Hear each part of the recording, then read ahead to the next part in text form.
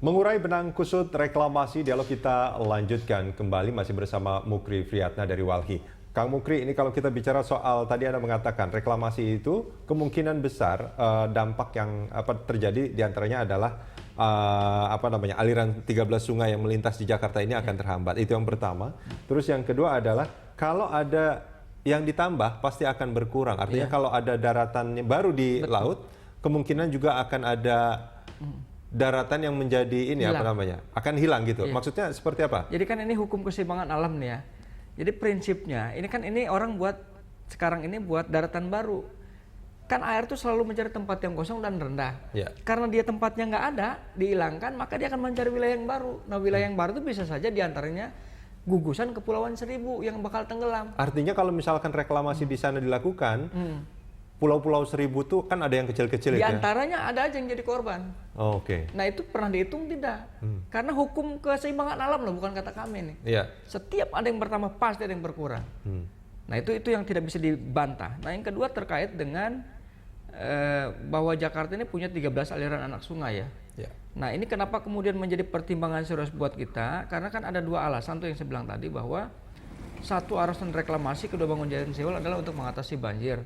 Taruhlah yang untuk Giant Sea Wall kita bilang anggap saja benar walaupun tidak demikian. Nah kenapa yang harus dipersoalkan? Karena justru ketika direklamasi akan menghambat laju aliran air sungai. Kok bisa begitu ya? Karena prinsipnya sebetulnya bukan tiap hari, kecuali dia 13 anak air sungai ini punya debit air yang konstan setiap hari, umpama per detiknya 100 liter. Ini kan enggak. Ada bulan-bulan tertentu di mana musim hujan dengan curah hujan tinggi gitu ya, mengakibatkan air dengan debitnya juga meningkat. Nah, ketika harusnya dengan cepat dan mudah loss gitu ya, ini terhambat balik. Dampaknya? Nah, dampaknya tentu bukan air darat tentu gampang ke sana, justru akan limpas. Oke, jadi akan ada banjir-banjir yang sering terjadi selama ini di bantaran sungai? Iya, sungai itu kemudian akan terjadi pengikisan, kan dia namanya kalau fungsi sungai itu adalah daya tampung. Nah, ketika ukuran tampungannya 1 meter, harusnya dia mengalir dengan cepat, nggak langsung keterima ke tempat media yang lebih besar, maka dia akan limpas ke kanan kiri. Nah, minimal pengikisan. Nah, Kang Mukri, ini kan sebetulnya kalau tadi Anda mengatakan, misalkan ada reklamasi, itu ada daratan baru, maka kemungkinan besar, atau bahkan hampir dipastikan ya, akan ada daratan-daratan lain yang sebetulnya sudah ada sejak dulu itu akan tenggelam. Dari segi itu, sebetulnya kan secara hitung-hitungan lingkungan hidup ini sesuatu yang tidak mungkin dilakukan. Artinya kalau kita bicara soal analisa mengenai dampak lingkungan hidup, itu sebetulnya dampaknya akan memberikan dampak sangat negatif kan sebetulnya. Justru persoalannya adalah kenapa kita lagi-lagi menentang persoalan ini bukan semata-mata karena kita kemudian pro rakyat miskin aja, tapi keseimbangan lingkungan itu wajib untuk dijaga dan diselamatkan. Nah, contohnya apakah sudah dipikirkan bahwa yang namanya hukum keseimbangan alam itu setiap ada yang bertambah ada yang berkurang. Sekarang kita bikin pulau baru, daratan baru, pulau G, dipikirkan enggak mungkin ke depan dalam tempo radius sekian tahun salah satu gugusan pulau-pulau di Jakarta, Kepulauan Seribu di Jakarta itu juga akan mengalami tenggelam. AMDAL-nya itu untuk reklamasi ini AMDAL-nya udah ada belum sih, Mas? Jadi kalau menurut keterangannya kan AMDAL-nya sudah ada, tetapi sebetulnya bahwa kalau kita pedomannya adalah Kementerian Lingkungan Hidup, tidak pernah ada itu. Kementerian Lingkungan Hidup tidak pernah mengeluarkan yang namanya dan KLH yang harus mengeluarkan itu. Nah, karena itulah kemudian sinyalemen kenapa kemudian gubernur saat ini tabrak saja untuk kepentingan lingkungan. Beliau sendiri menyatakan bahwa sebaiknya AMDAL ini karena jadi penghambat investasi dihapus saja.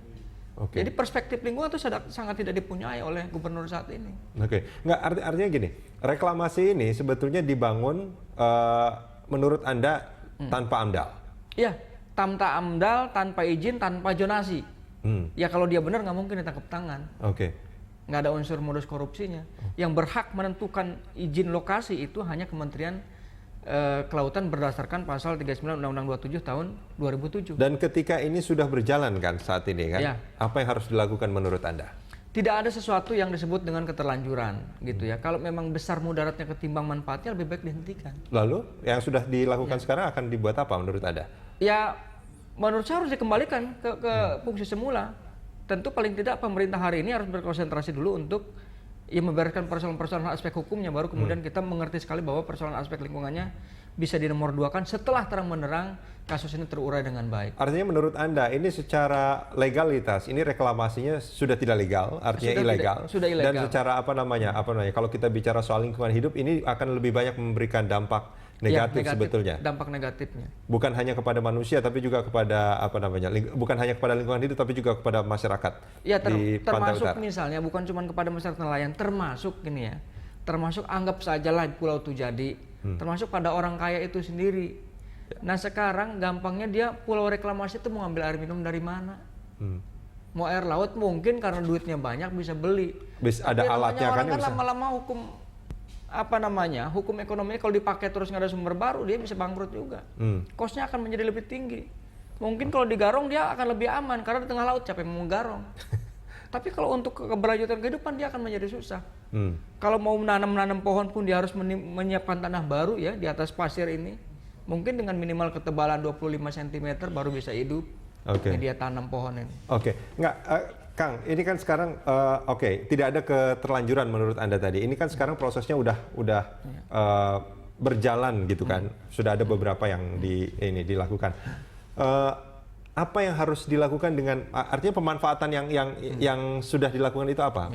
Ya buat kita sih ngikutin apa kata pemerintah aja, gampangnya gini deh, apa yang dicontohkan oleh pemerintah. Ya orang sekarang buat bangunan diatur gitu ya. Ternyata dibikin awning kelebihan digusur tuh sama pemerintah.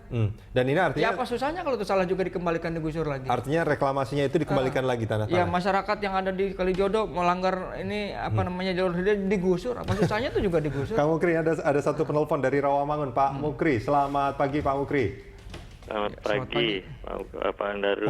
Pak Heru, maaf. Iya, selamat pagi Berita Satu. Pak Mukri, selamat pagi Pak Heru. Dari peristiwa yang terjadi kemarin diawali dari penangkapan OTT kemarin. Beberapa waktu yang lalu saya juga pernah di Berita Satu juga kan melalui telepon menyampaikan bahwa memang negara kita ini yang punya bukan presiden, dan yang punya adalah kapital tadi. Dari awal dari dulu sudah saya sampaikan. Dan kemudian kapital itu menskemakan raperdanya, itu salah satu jalan. Yang kemudian dari peristiwa ini mempermasalahkan kan AMDAL. Mungkin Berita Satu menempatkan atau memberi ruang kepada Bapedal, kepada Menka-LH, kepada Gubernur si Ahok yang dia mengeluarkan pembangunan Pulau G atau H itu, apakah udah ada AMDAL-nya gitu, SK Gubernur itu. Jadi masyarakat terdidik dengan perilaku yang memang kalau memang harus sesuai SOP, harus sesuai dengan undang-undang, tidak melanggar, bla bla bla bla. Nah itu yang harus disampaikan kepada masyarakat melalui Berita Satu gitu.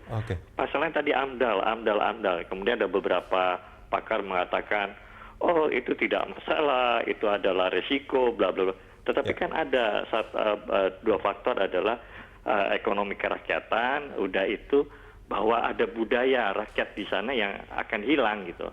Dan kemudian sumber alam yang ada di sana, baik ikan maupun kehidupannya. Gitu Pak. Baik, Pak Heru, boleh saya tanya singkat Pak, kalau Anda sendiri sebagai warga Jakarta setuju dengan reklamasi? Tidak, saya tidak, karena itu buat kaum kapitalis kok. Baik, terima kasih Pak Heru dari Rawamangun sudah bergabung bersama kami di Dialog Pagi. Itu pernyataan Pak Heru, salah seorang warga Jakarta. Kang Mukri, itu pernyataannya agak keras sebetulnya, pernyataan Pak Heru tadi bahwa negara kita ini yang punya kapital pengusaha dan apa yang terjadi di reklamasi ini juga seolah-olah menunjukkan itu benar jadinya. Nah, apakah dalam urusan lingkungan hidup ini memang menjadi salah satu permasalahan utama? Ya, jadi apa yang kami temukan dan hadapi sehari-hari di lapangan seperti ini, dan tidak cuma di Jakarta, persoalan reklamasi apa yang disebutkan oleh Pak Heru itu benar adanya. Gitu. Jadi kadangkala ya pemerintah itu bisa dikendalikan oleh kekuatan kapital dan itu bukan katanya gitu. Kang Mukri, terima kasih banyak sudah bersama kami di Dialog Pagi. Sama-sama.